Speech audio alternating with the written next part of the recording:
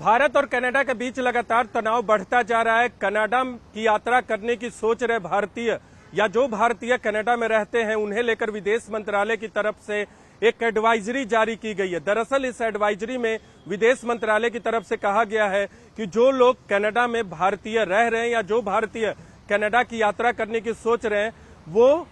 सावधानी बरते और सतर्क रहे। भारत विरोधी गतिविधियों को लेकर विदेश मंत्रालय की तरफ से यह एडवाइजरी जारी की गई है, जिसमें कहा गया है कि हाल के वक्त में भारत विरोधी गतिविधियां बढ़ी हैं, राजनीतिक तौर पे हेट क्राइम बढ़ा है और आपराधिक हिंसा भी बढ़ी है। इन तमाम चीजों को लेकर भारत के विदेश मंत्रालय की तरफ से ये यात्रा एडवाइजरी भारतीयों को लेकर जारी की गई है। इसके अलावा इस एडवाइजरी में यह भी कहा गया है कि कुछ राजनयिकों को और कुछ वैसे भारतीय समुदाय के लोगों को कनाडा में निशाना बनाया गया है जिन्होंने भारत विरोधी गतिविधियों का विरोध किया है। भारतीयों को यह भी सुझाव दिया गया कि कनाडा के वैसे क्षेत्रों या लोकेशन पर जाने से बचे जहां इस तरह की भारत विरोधी गतिविधियां हाल के दिनों में घटित हुई हैं। कनाडा में बहुत सारे भारतीय छात्र भी रहते हैं, उन भारतीय छात्रों को भी सतर्क रहने की हिदायत इस एडवाइजरी में दी गई और ये कहा गया है कि वो अपने आप को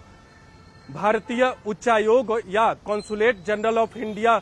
में रजिस्टर करा ले, ताकि किसी तरह की सुरक्षा की जरूरत पड़ी, किसी तरह की हेल्प की जरूरत पड़ी तो तुरंत भारतीय उच्चायोग या कॉन्सुलेट जनरल ऑफ इंडिया की तरफ से भारतीयों को मदद पहुंचाई जा सके। एडवाइजरी में यह भी कहा गया कि लगातार भारत सरकार के अधिकारी और विदेश मंत्रालय कनाडा के अधिकारियों के संपर्क में है ताकि भारतीयों की सुरक्षा सुनिश्चित हो सके। दरअसल कनाडा में 7 लाख से अधिक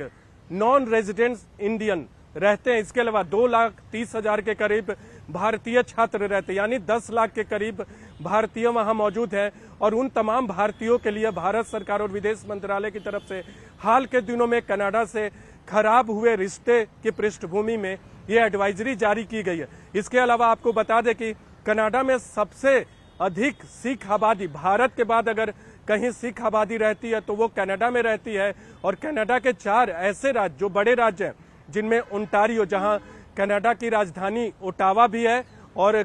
ओंटारियो का कैपिटल टोरंटो भी है, ये दोनों महत्वपूर्ण स्थान है। ओटावा में भारतीय उच्चायोग है और टोरंटो में कॉन्सुलेट जनरल ऑफ इंडिया का ऑफिस है। इसके अलावा क्यूबेक, अल्बर्टा, ब्रिटिश कोलंबिया, ये 4 प्रमुख राज्य हैं जहां भारतीयों की तादाद अधिक है या भारतीय मूल के लोगों की संख्या अधिक है। लेकिन जिस तरह से घटनाक्रम हाल के वक्त में घटा है कनाडा और भारत के रिश्तों के बीच में, उसके बाद विदेश मंत्रालय ने यह फैसला किया कि भारतीयों को लेकर एक एडवाइजरी जारी की जाए, चाहे वैसे भारतीय जो इस वक्त कनाडा में रह रहे हैं या जो